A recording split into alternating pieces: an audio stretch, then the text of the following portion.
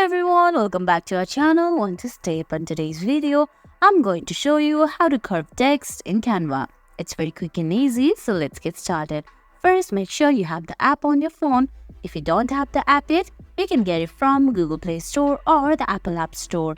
Now, open the app, sign in, and on the screen you can see small plus sign at the bottom. Tap on it and select the picture. Once the image loads, tap on text on the bottom of your screen and add a heading. I'm gonna type in curve the text. Okay, now I'm gonna change its color so it's more visible. I'm gonna turn it into red. Now once you do that, select the text and you can see on the bottom of your screen there are a few options like color, format, spacing, effects, etc. Tap on effect, then select save.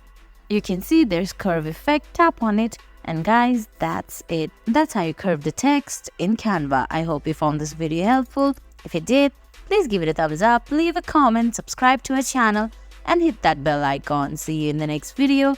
Thanks for watching.